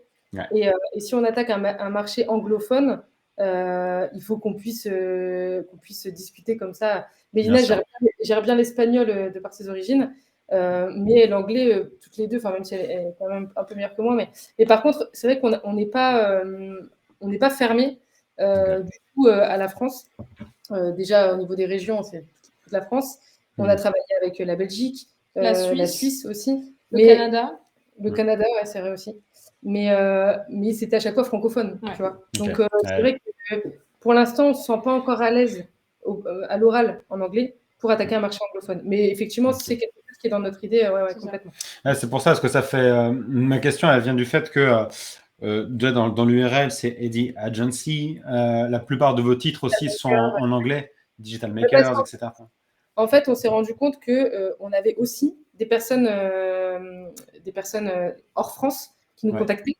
Et du coup, on s'est dit, il faut qu'on ait un peu des deux en fait sur le site parce que les personnes puissent comprendre qu'on n'est pas fermé. C'est-à-dire qu'effectivement, oui, aujourd'hui, on a du mal à tenir une discussion à l'oral en anglais, mais s'il faut se débrouiller, on se débrouille. Mais on ne va pas de nous-mêmes aujourd'hui aller attaquer, je sais pas, les États-Unis. Enfin, tu vois, on ne va pas de nous-mêmes aller attaquer ce marché-là. Si quelqu'un vient, on se débrouillera. On arrivera toujours à trouver une solution pour travailler avec ces personnes. Mais aujourd'hui, on n'a pas la volonté encore maintenant. On ne se sent pas encore prête à nous, de nous-mêmes, aller attaquer ce marché-là. Mais c'est effectivement dans notre objectif à moyen terme. Voilà, mais on veut d'abord être à l'aise complètement sur le parler. Tu vois, parce que, moi, je suis quelqu'un de hyper sociable et je ne veux pas juste échanger des mails.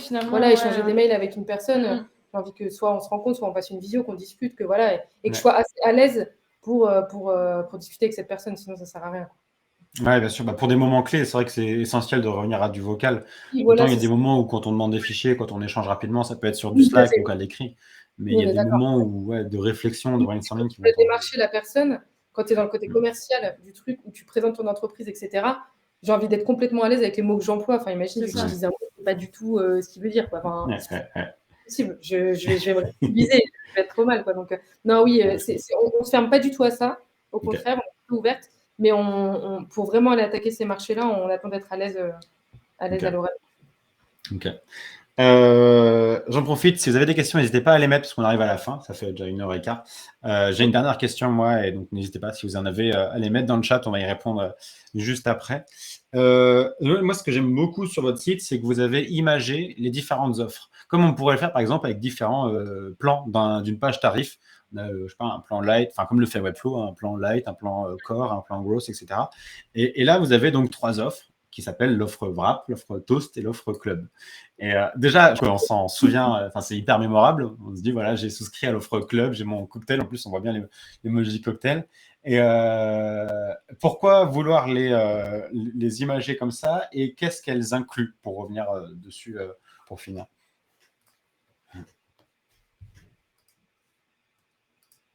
Je vous ai perdu. Ah ouais, ok, il y a un petit bug, Je vous mets la page en attendant ici. Eddie Agency.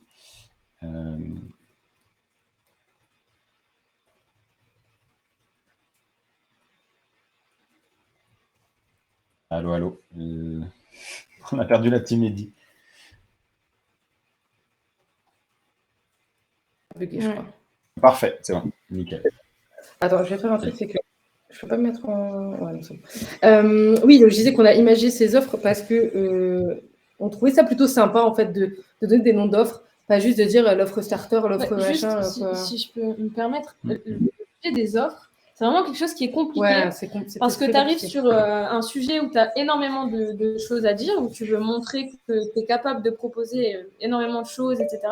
Et puis tu te retrouves dans un cas de figure où il ne faut pas que tu en dises trop pour perdre la personne qui est en face. Il faut que la personne puisse retenir ce que tu es en train de lui présenter. Ouais. Donc la volonté principale, je pense que c'était d'avoir quelque chose d'accessible, de compréhensible, de lisible. Et un peu drôle aussi. Tu vois, un peu drôle aussi. Aussi retrouver ce côté proximité humain. Ouais. Et c'est vrai que le côté un peu bouffe, entre guillemets, parce que même si cocktail, on est des bonnes vivantes, en fait. On aime à manger, voilà, tout ça. Donc, on s'est dit, en fait, il faut que ça nous ressemble aussi là-dessus. Ce serait dommage. Et en fait, quand on a aussi fait travailler la DA de la vidéo, il y a eu un sujet, notamment avec le Free avec qui on bossait, qui a géré tout ce qui est vidéo, etc., sur le fait qu'on voulait donner des noms d'offres. Donc, on avait déjà Toast, Wrap, etc. en tête. Et en fait, on s'est dit, OK, on va rattacher ça un peu à des moments de la journée, en fait, nos offres. Okay. C'est pour ça que dans la vidéo, pour ceux qui ne l'ont pas vu, je vous invite à la regarder. On rattache ça à des moments de la journée, au petit déjeuner, au déjeuner, au dîner, parce qu'on trouvait que ça matchait vraiment bien par rapport à ce qu'on faisait. Et effectivement, donc on a une offre, je vais commencer par l'offre Toast parce que c'est un peu la plus petite offre. Cette offre-là, on l'a rattachée au petit déjeuner parce que c'est une offre qui est plutôt dédiée aux petits, artisans, TPE, peu importe, mais aux petits projets. Par exemple, création d'une landing, quelque chose de rapide. Tu as besoin de quelque chose de rapide, mais en même temps d'assez conséquent pour que ça comme un petit déj, quoi, pour que tu tiennes la journée. Il faut être rapide et assez facile. Ça, c'est plutôt l'offre Toast. Souvent, c'est plutôt effectivement de la landing, ça arrivait aussi pour du mailing, enfin voilà, des choses assez courtes.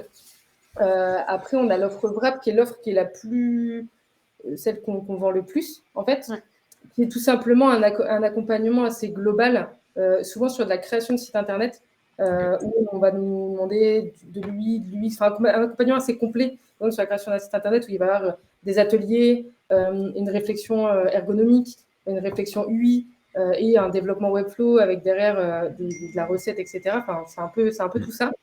Ça, c'est l'offre Wrap, c'est vraiment la plus complète. Et en fait, l'offre Club, avec le petit cocktail, etc., c'est simplement l'offre qu'on propose souvent aux agences. En fait, c'est tu as besoin un peu de renforcer tes équipes, il manque quelqu'un en design, en développement Webflow, pour renforcer tes équipes. OK, on est là et on t'invite à faire partie du club et on s'invite dans tes équipes, quoi. Donc, c'était vraiment l'idée de ces 3 offres. On a un peu... Et de pouvoir les imager. Ouais, et de pouvoir les imager. On a vraiment voulu essayer de réunir en 3 offres des choses qu'on proposait déjà, mais on voulait se dire, faut qu'on arrive à en parler simplement. Et donc, c'est ce qu'on a essayé de faire avec le côté un peu bouffe, un peu nourriture. Voilà, tu ajoutes des suppléments dans l'offre wrap, tu peux ajouter des suppléments, tout ça. Enfin, voilà, c'était un peu l'idée.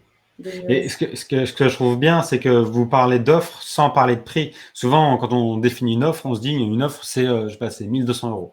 Mais finalement, dans l'offre, il peut y avoir des choses qui font exploser le budget. Alors que vous dites non, voilà, c'est une offre, mais par contre, le devis va correspondre à votre besoin. Donc, ça permet d'orienter déjà la typologie de projet. Ouais. Et en fait, tu ne peux pas donner un prix comme ça au doigt mouillé. Enfin, ça dépend de tes besoins, ça dépend de la volumétrie de ton projet. Enfin, il y a énormément de choses qui entrent en ligne de compte quand on va deviser.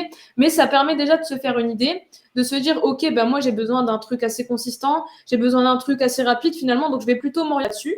Et en fonction de ces différentes offres-là, tu sais déjà que tu vas t'orienter, entre guillemets, vers des plus petits budgets si tu vas sur une offre toast, quelque chose de plus conséquent pour l'offre wrap. Ça permet d'orienter sans non plus induire en erreur, parce qu'il y a un vrai problème, c'est qu'il y a certaines agences ou studios, enfin peu importe, qui communiquent sur certains prix, entre guillemets, pour attirer. Et au final, quand tu as un cahier des charges avec des vraies contraintes derrière, etc., bah, tu te rends compte que le prix n'est plus du tout le même. Et du coup, nous, on n'avait pas envie d'induire les gens en erreur. Et pour éviter de dire, entre guillemets, des bêtises, ben, viens, on discute, viens, on voit ce dont tu as besoin, on t'accompagne sur ce qui correspond à ton besoin, et ensuite, on pourra parler de tarification. Mais chaque chose en son temps. Mais c'était un vrai sujet, parce que soit on mettait un à partir d'eux, je déteste ça, en fait, le à partir d'eux. Parce que c'est jamais ce prix-là, c'est jamais le prix de base. En fait. C'est ça, et du coup, le à partir d'eux, je trouve que c'est quelque chose moi, ça me fait fuir un peu, donc on n'avait pas envie de ça, le à partir de tel prix. Et puis au final, quand tu appelles, tu te rends compte que c'est le double parce que ce que tu veux, ça ne correspond pas. Donc non, pas de prix, juste un détail de ce que nous, on peut proposer, et c'est tout, quoi. Pas de prix. Ok, très, très, très cool. Je pense que beaucoup peuvent s'en inspirer de cette approche-là d'offres sans prix, parce que ça donne déjà une typologie de projet que vous faites et une vision un peu plus précise. Souvent, en effet, on a un nuage d'expertise et du coup, c'est un peu compliqué de s'y retrouver, de savoir si le projet client va rentrer dans ce que vous faites. Alors que là, finalement, on peut assez facilement s'identifier et se projeter. On a Patrick qui avait une question. Je te donne la parole, Patrick, je te donne le micro, si tu veux. J'ai vu qu'il a fait une demande. Patrick, tu voulais nous poser une question peut-être?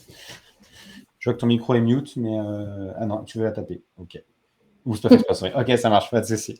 On va rebondir sur la question de Kevin. Ouais. Pourquoi ce choix de devoir vous contacter pour apercevoir les projets que vous avez pu réaliser?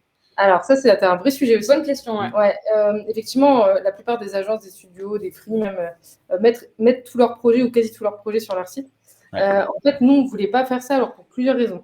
La première, on ne voulait pas trop alourdir le site avec des pages en plus, et en plus, dans le footer, on a mis un peu ce côté éco-conception, même si ce n'est pas ce qu'on met forcément en avant, mais c'était une vraie volonté.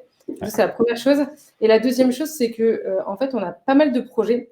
On a même, je pense, la moitié de nos projets qui sont des projets réalisés en marque blanche ou qu'on ne peut pas communiquer directement en tant qu'Edgy, en fait, tout simplement, mais plutôt en tant que Pauline ou en tant que Mélina. Et certains de ces projets, ce serait dommage de ne pas pouvoir les montrer à des personnes à qui ça pourrait convenir. Tu vois, par exemple, on a bossé pour une grosse banque, mais à titre individuel. Et c'était un projet de product qui est très intéressant, et ce serait dommage de ne pas pouvoir montrer aux clients qu'on est capable de faire ça. Voilà. Et on ne peut pas le mettre sur Edgy aujourd'hui. Ce n'est pas quelque chose qu'on a facturé en tant qu'Edgy, etc. Mais ce n'est pas quelque chose qu'on a le droit de montrer sur Edgy aujourd'hui. Donc, on s'est dit, OK, on va tenter le coup de juste mettre 2 projets, entre guillemets, et de dire aux clients, OK, si vous voulez en voir plus, contactez-nous. Et franchement, ça marche plutôt bien parce que les gens nous contactent pour nous demander des choses. On a eu il n'y a pas longtemps quelqu'un, parce qu'on a mis une typologie de projet institutionnel, etc. Il n'y a pas longtemps quelqu'un qui nous a demandé un projet institutionnel. Enfin, et quand c'est comme ça, ce qu'on fait, c'est qu'on leur envoie une petite présentation pitch de projet. Et c'est vrai que ça plaît pas mal. Donc, on est plutôt contente de cette décision. Ce qui est cool aussi, c'est que ça permet, entre guillemets, de filtrer. Si toi, tu es intéressé, je dis de bêtises, uniquement parce que tu as un projet de site e-commerce, nous, ça nous permet de te montrer les bonnes refs que du e-commerce ou que du corporate ou de l'institutionnel, de vraiment te donner les refs qui ont un intérêt pour ton projet. Ouais, c'est ça. Et étant Ouais, donné qu'on n'a pas mis en place de newsletter aujourd'hui, on récupère pas les mails des newsletters. Non, c'est vraiment pour ce côté effectivement, pouvoir envoyer les bons projets aux personnes et voilà. Ouais, c'est intéressant parce que du coup, finalement, vous avez quand même cette grosse base de projets qui, en effet, si vous les mettiez tous, on ne saurait pas forcément quelle est votre spécialisation, etc. Par contre, en effet, il ne faut pas forcément. Je pense aux jeunes freelances ou autres qui, en effet, n'ont pas beaucoup de portfolio. Là, l'intérêt que vous avez, vous, c'est que derrière, vous pouvez construire une présentation basée sur le besoin. Donc, c'est encore plus pertinent parce que le client, il va en effet avoir ce premier effort de devoir vous contacter pour en savoir plus. Par contre, derrière, votre réponse, elle est sur mesure déjà pour le client. Oui, c'est ça. Et puis, tu vois, je veux dire, c'est vraiment pas dans l'idée de récupérer des mails ou autre ou d'avoir des leads pas qualifiés du tout. Parce que s'ils font l'effort de nous contacter, c'est que c'est déjà potentiellement qualifié. Et même si on n'a pas forcément de retour après avoir envoyé notre présentation, ils l'ont quand même. On leur a envoyé une présentation personnalisée, c'est déjà arrivé qu'on n'ait pas forcément de retour. On les connaît, les clients. Mais ça arrivait très, très souvent qu'on nous recontacte un moment après. Même nous, on avait oublié, tu vois, et ils avaient encore la présentation sous le coude et ils reviennent là-dessus. Donc oui, comme le dit Kevin, effectivement, on personnalise ce qu'on envoie à ces clients-là en faisant une présentation. On a un template de présentation pitch qu'on a fait et on l'agrémente en fonction de la demande du client sur ce formulaire-là. Donc c'était une vraie prise de risque pour nous au début de faire ça. Et en fait, ça marche plutôt bien. Finalement, c'est ça. C'est comme c'est une approche différente aussi, ça lance un premier contact. Ouais, c'est ça. Tout à fait. C'est ce qui fait votre différence aussi. Très cool. J'ai fait le tour de mes questions. Je vois qu'on n'a pas forcément d'autres questions dans le chat. Si vous en avez, c'est le moment. Sinon, vous êtes toutes les deux sur le Slack d'Init, donc on pourra vous contacter directement là-bas. Est-ce que vous aviez un mot de la fin, peut-être, un conseil à donner à ceux qui veulent se lancer, peut-être, ou ceux qui veulent collaborer et lancer une agence Un peu d'humain dans ce monde de web. Ouais, c'est ce qu'on dit sur le site. Non, c'est tellement. C'est le mantra un peu d'Eddie qui peut paraître un peu bateau, mais c'est tellement ça. Ça fait ça fait la différence, et de deux, faut recentrer les priorités un petit peu sur l'humain. À la base de l'humain est à la base de tout, et je pense que quand on capitalise là-dessus, on a de la meilleure relation client, on a des projets qui se passent mieux, résultats. Et on a des résultats qui sont au-delà des espérances. Donc ça marche pas avec tout le monde. Non. On peut pas dire pas dans le monde des bisounours, hein, ça marche pas avec tout le monde. Mais en grande majorité, nos clients, on a vraiment des relations très très sympas en grande majorité. Donc un peu d'humain dans ce monde de web, ça c'est une chose. Et franchement, pour ceux qui hésitent à se lancer, allez-y. Objectivement, moi je sais que quand je me suis lancée en free, la première année là, quand Mélina m'a dit vas-y, t'inquiète, ça va le faire, etc. Moi j'avais un objectif, c'était ok. Aujourd'hui, en agence, je gagne tel salaire. On vient d'acheter une maison, etc. Donc, il est hors de question qu'en free, dès le premier mois, je ne gagne pas le même salaire, en fait, parce que sinon, ça va nous foutre dans la merde totale, quoi. C'est ça. Et en fait, dès le premier mois, j'ai gagné ce salaire-là. C'est-à-dire que je pense que quand il y a un objectif, une motivation, une vraie envie, il n'y a pas de raison de ne pas y arriver, en fait, vraiment. Surtout que maintenant, on est quand même très entouré. Quand tu as démarré, du coup, Pauline, je ne sais pas si tu avais déjà beaucoup de gens dans ton entourage qui étaient à leur compte. Quand vous avez décidé de passer en société, pareil, est-ce qu'il y avait déjà des gens? Aujourd'hui, il y a tellement de moyens d'avoir de l'info que... J'en avais pas beaucoup à l'époque, et puis je n'ai pas une famille, mes parents sont 2 fonctionnaires, etc. Tu vois, ça n'a vraiment... J'étais pas dans ce monde-là. Mais par contre, effectivement, LinkedIn m'a beaucoup aidée. Et même si tu connais pas même si tu connais pas beaucoup de personnes, ou tu n'as pas un réseau qui est hyper étoffé dans un premier temps, aujourd'hui, il y a énormément de podcasts qui sont une source d'information hyper intéressante. Et je pense que quand tu n'as pas de réseau, quand tu connais pas encore de monde, réfugie-toi là-dedans et tu vas déjà ressortir énormément d'infos qui peuvent être hyper enrichissantes pour toi et ton activité, quoi. C'est très, très motivant, je trouve, ces podcasts-là. Et puis, tu as la chance de tomber aussi sur... Franchement, je le redis, hein, Théo, mais ta formation, elle est juste ouf. Et non, mais c'est vrai, c'est vraiment un modèle de formation qui est... Moi, j'ai trouvé ça terrible. Et quand tu as la chance de tomber sur des choses comme ça, et tu vois, j'ai connu Init sur LinkedIn en regardant des posts, des trucs. LinkedIn, ça m'a ouvert un monde complètement différent, parce qu'à l'époque, quand tu es salarié, bon, tu vas dessus, mais pas vraiment.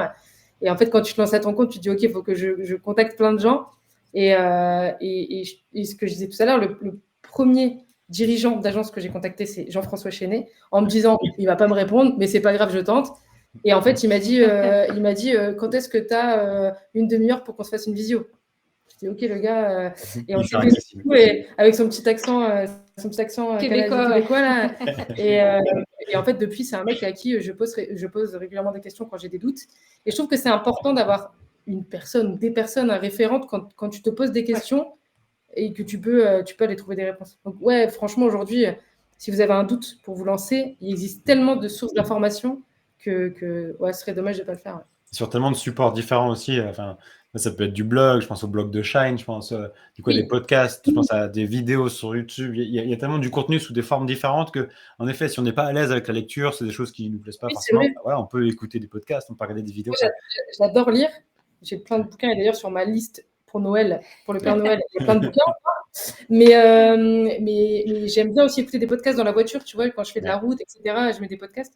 Et pour les podcasts dont parle Anne, j'avais fait une sélection, je crois, sur LinkedIn dans un post, mais il y a un podcast que j'adore, c'est Les Jeunes Branches de Scalesia. Les Jeunes Branches de Scalesia, Parce que je trouve il y a toujours des invités hyper pertinents et il y a des échanges hyper informels. Tu vois, c'est hyper simple, il n'y a pas des mots compliqués, des trucs. Enfin, je suis une grande fan des podcasts des Jeunes Branches, vraiment. Et plus récemment, il y a Comme Média qui ont sorti Charabia, qui est une émission sur l'entrepreneuriat et qui est juste ultra cool. Et c'est encore un autre format différent. Et je trouve que ça fait du bien aussi à l'entrepreneuriat d'avoir une petite émission comme ça, visuelle et tout. C'est très cool. Oui, parce qu'ils ont vraiment fait une émission comme tu pourrais l'avoir à la télé, mais c'est sur leur chaîne YouTube. Ils ont lancé le troisième épisode aujourd'hui, je crois. Ouais. Et pareil, c'est une émission un peu à la, tu vois, quotidien ou ce genre d'émission avec des chroniqueurs, mais spécial entrepreneuriat. Et c'est très très cool aussi. Mais ouais, et juste, il y a aussi, pour ceux qui aiment lire, il y a pas mal de bouquins qui sont hyper intéressants. On en a lu pas mal, on les a là. Live Mentor, la 25e heure qui est ouf. La 25e heure. Là, je suis en train de lire le bouquin sur la création de l'entreprise Nike. Et pareil, c'est hyper inspirant. Enfin, voilà, il y a énormément de choses aujourd'hui pour s'inspirer. Mais c'est vrai que si je devais donner un podcast, ce serait Les Jeunes Branches, parce que j'aime beaucoup. Et j'écoute vraiment régulièrement. Dès qu'il y en a un nouveau qui sort, je l'écoute. Donc, j'aime vraiment beaucoup. C'est de la bonne référence. C'est Bruno Dubois, non? Benoît Dubois. Benoît Dubois. Ils ont une agence, je crois que c'est Scalesia. Ouais, c'est ça. Mais ouais, franchement, c'est très très cool leur podcast. J'aime beaucoup. Ouais. Et puis c'est très dynamique et tu as des formats très différents. Enfin, soit il va mettre la session entière, donc ça peut durer 1 heure, 2 heures. Soit il va mettre des moments clés. Et du coup, parfois, quand on n'a pas trop le temps, je sais pas, on va faire un petit trajet en voiture. On peut se mettre une version plus courte. Et cet été, il avait fait une édition Summer et c'était un peu plus informel. Avec des questions un peu. C'était pas mal. C'était sympa. Excellent. J'ai mis les références dans le chat. S'il y en a si vous voyez ça en replay, elles sont juste en dessous dans la description. Pareil, je vous remettrai tout. Et on avait une dernière question de Anthony concernant le médium que vous utilisez pour communiquer avec les clients. Est-ce que c'est Slack, Discord, autre? En fait, alors c'est marrant que tu parles de Discord parce qu'effectivement, on échange plutôt par Slack ou par mail avec les clients. Il y en a qui ont plus de facilité avec Slack que le mail et vice versa, donc on les force pas non plus. Mais effectivement, Discord est dans nos têtes ces derniers temps parce qu'on l'a testé, qu'on trouvait ça plutôt cool. Mais pour l'instant, on est sur Slack et par mail pour les clients. Qu'est-ce que vous avez bien aimé dans Discord? Moi, j'aime bien l'interface. Tu es la première personne qui me dit ça, qui me donne l'interface comme argument. En fait, j'ai trouvé ça différent. C'est un peu dérangeant. Mais j'aime bien des fois quand c'est dérangeant, en fait. Et je sais pas, j'ai trouvé ça plutôt cool. Alors, j'ai pas beaucoup utilisé pour l'instant, mais j'ai trouvé ça plutôt intéressant. Et je me suis dit, ça pourrait être cool de changer de médium pour les échanges avec les clients. Mais pour l'instant, on est encore sur Slack. On n'a pas encore changé. Mais c'est vrai qu'on a des clients qui ont du mal à passer sur Slack aussi, qui préfèrent échanger par mail. Donc, c'est parce que on se rend compte aussi que malgré tout, Slack, c'est quelque chose qu'ils doivent installer la plupart du temps. Et ils vont pas forcément, ou alors, même si je sais plus s'il y a une version en ligne, ils vont pas forcément aller voir d'eux-mêmes.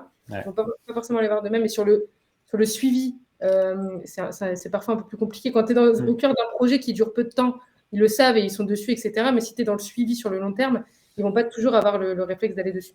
Donc, moi, pour le coup, perso, alors, c'est pas l'interface qui m'a On a des avis différents. Mais tu vois. c'est peut-être le côté aussi stream, peut-être un peu game aussi, qui me donne l'impression que c'est un peu plus, qu'il y a un peu plus de proximité, tu vois, sur Discord que sur Slack. Et du coup, j'ai l'impression que la relation se fait plus facilement, que c'est un peu plus fluide. Alors, c'est peut-être totalement subjectif et perso, hein, Ouais. mais en tout cas, moi, j'ai cette impression-là sur Discord qui fait qu'on a dans la tête de potentiellement ouais. faire un passage Ouais. Slack-Discord. Ok. Est-ce que c'est ça? Tu vois, on en parlait avec Bolk vendredi, et eux ils donnaient l'argument principal des rôles que tu peux avoir dans Discord, et donc du coup voilà, de ces accès restrictifs ou non en fonction du rôle. Si on est freelance affecté, je sais pas, par exemple sur une mission, on a des accès à des canaux, etc. Après, on l'a pas fait dans ce sens-là, du coup, mais effectivement, à creuser. Mais c'est vrai que c'est un sujet qu'on a aujourd'hui, qu'on doit creuser. Ouais. Okay. Et puis il y a tellement de nouveaux outils aussi. Enfin, j'ai un peu testé Circle aussi, mais Circle est plutôt, c'est vraiment très asynchrone. Moi, je l'ai testé, mais dans le cadre d'une BGE, en fait, une BGE qui utilisait cet outil-là pour leur communauté, quoi. J'ai testé rapidement, quoi, mais plutôt en appli mobile quand je l'avais testé. Ça, il y a Circle, il y a Thread qui est une alternative à Slack. Mais pareil, dans tous les cas, ça reste des outils annexes à installer sur des machines, etc. Il y a toujours une version en ligne, mais voilà, il faut y passer. Et je trouve que l'argument de Slack, c'est qu'aujourd'hui, il est quand même très répandu. Et si jamais il n'est pas répandu, les gens ont potentiellement Teams. Et Teams et Slack ont un comportement assez similaire avec des canaux, des fils de discussion, etc. Un peu plus de mal avec Teams. Teams, c'est compliqué. Ici, on est pro Slack pour le coup, parce que Teams, c'est... Ouais, on a un peu plus de mal avec Teams, c'est vrai. Ah non, je suis entièrement d'accord, mais je vois un peu l'interface et je sais que c'est assez similaire. Mais moi, je suis pro Slack aussi. Pour l'instant, on est encore pro Slack, ouais. Ok, trop bien. Et il y avait Kevin qui nous remontait en effet Abstract sur Netflix, qui en effet une très belle série. Ouais. Mais il y a eu plusieurs séries sur Netflix qui étaient pas mal. J'avais fait un article là-dessus sur des films et séries inspirantes dans le milieu du design. Mais il y a Spotify aussi. Il y a Spotify, c'est pas mal. Et il y a quelques années, il y avait un film qui avait été produit par InVision. Je sais plus, je crois que c'est Disruption ou un truc comme ça. Qui avait été. J'ai fourché. Qui avait été produit du coup par InVision et où c'était super intéressant. À l'occasion, je mettrai dans la communauté là ces liens si je les retrouve. Mais c'est un peu dans le même style qu'Abstract et franchement super cool. Ça donne une bonne. J'aime bien tout ce qui est un peu behind the scene, des choses comme ça qui nous montrent les process derrière. Et là, en effet, c'est rien que quand il nous parle de la création la refonte du logo d'Instagram et le travail gigantesque qu'on n'imagine pas du tout, qui est derrière d'études, des couleurs, etc. De notre côté, on a l'impression, on est quand même sensibilisé dans le milieu créatif, mais c'est vrai que pour le commun des mortels, on peut se dire, ok, ils nous ont changé de dégradé, ils sont contents. Ouais, c'est ça. Ça va un peu plus loin que ça quand même. C'est vrai qu'Abstract, c'est pas mal aussi. Mais il y a eu pas mal de séries sur l'entrepreneuriat au global, sur Netflix. Dernièrement, il y a Google Maps aussi, la genèse de Google Maps, il y a Spotify en effet, il y a pas mal de plein de contenu sur Netflix. Très cool. Oui, il y a déjà Spotify aussi. Sur McDo également, il y a un film, c'est un film pour le coup. Moi, je l'ai vu, c'est le fondateur, je crois que ça s'appelle. Le fondateur, The Founder. J'ai vu aussi, c'est vrai. Plein de moyens de se documenter un peu sur l'entrepreneuriat. Il y a des moyens plus légers comme ça, les séries, les films, et puis des moyens carrément. plus intenses. Top. Bon, on arrive à la fin, 1h37. On a un peu dépassé. Normalement, c'est 1h30. J'espère que vous n'aviez rien de trop prévu derrière. Moi, j'ai passé un super moment. Merci à vous. Partagé. Grave. Trop bien. Vraiment un moment. J'espère que. Moi, je ne sais pas comment est Boris. Moi, je sais qu'Apollo, là, il est en bas de l'escalier. Il m'attend pour la promenade. Là, il dort et quand on va se lever, il va être fou. Ça va être la fête. Vous nous direz dans le chat si vous avez passé un bon moment aussi. J'ai l'impression que vous avez passé un bon moment. Vous êtes resté quand même un nombre assez constant. Donc je vois que quand même le sujet vous parle. Carrément. Effectivement, on est sur le Slack de Ginit. Donc s'il y a des questions, même après, aucun souci. On est dispo. N'hésitez pas. Si vous êtes arrivé entre-temps, le replay, alors le temps que j'exporte la vidéo qui est derrière et que je la mette sur YouTube, normalement, d'ici 1 heure, 2 heures, vous avez le replay. Et il y aura également le replay de la session d'hier que je n'ai pas encore mis parce que voilà, on avait ces petits problèmes d'export de Butter. Donc, normalement, vous aurez les 2 replays ce soir. Et on se retrouve demain, je vous rappelle, avec Benjamin Meignier, qui est peut-être ici avec nous. Non, je n'ai pas l'impression. Pour parler de l'importance de s'entourer. Il va nous parler de Bande de Designers, qui est un collectif, un groupe d'amis qui organise des événements, notamment sur Rennes, et qui permet également d'échanger, de s'entraider, de progresser sur des thématiques liées au design. Donc, il va revenir là-dessus, tout ça demain.